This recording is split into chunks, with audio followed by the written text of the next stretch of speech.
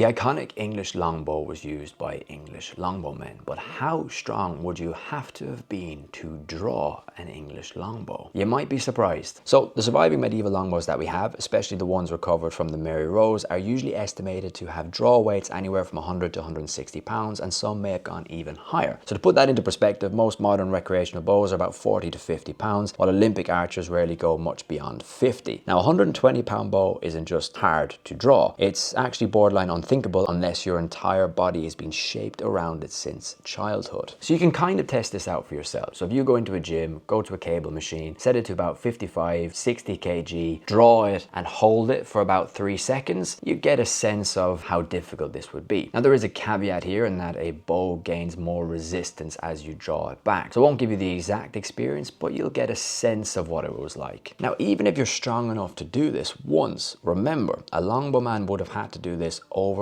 and over and over again for hours, sometimes in terrible weather, without blowing out their shoulders or fingers. So from the late medieval period onwards, English kings passed laws enforcing men, especially yeomen, to practice archery on Sundays and feast days. Now by the time of Richard II and later Henry V, England had effectively created a population of semi-professional archers, and these men had bodies that had been molded slowly over decades to do one very specific job. And their bodies tell us this story. Archaeologists studying skeletons of longbowmen have found enlarged left arms, twisted spines, asymmetrical shoulders, and thickened finger bones. And there's another side to this that people forget, in that the longbow wasn't just a battlefield weapon, it was also a tool of control. So kings like King Richard II didn't just rely on his knights, because knights were expensive and politically dangerous because they were noblemen. But longbowmen, well, they were loyal to the crown, drawn from common stock, paid wages, and absolutely devastating when organized correctly. So in moments of unrest, those same archers could be turned inward on a crowd. Not quite like a secret police, but they were a force that could keep order and at times did the king's bidding because everyone knew what they were capable of, and to be quite frank, they were kind of scary. And then when a battle came, like the famous Agincourt, these men were doing what they'd been trained to do since childhood. A fully trained longbowman could loose 6 to 10 arrows a minute, each one capable of punching through mail and even at close range plate gaps, although not through full breastplates. I do have to laugh when I see people romanticize medieval warfare, especially in a film where you see like a small kid or an average guy or a woman picking up a longbow and drawing it perfectly, because you have to remember that most people in today's modern world wouldn't be able to do that, let alone someone who was untrained or small or weak. These guys were insanely strong, conditioned humans. So the next time you see a longbow in a museum and think, oh yeah, I could probably use that, just remember, most guys back then couldn't either, and only the ones who gave their bodies to it for decades could.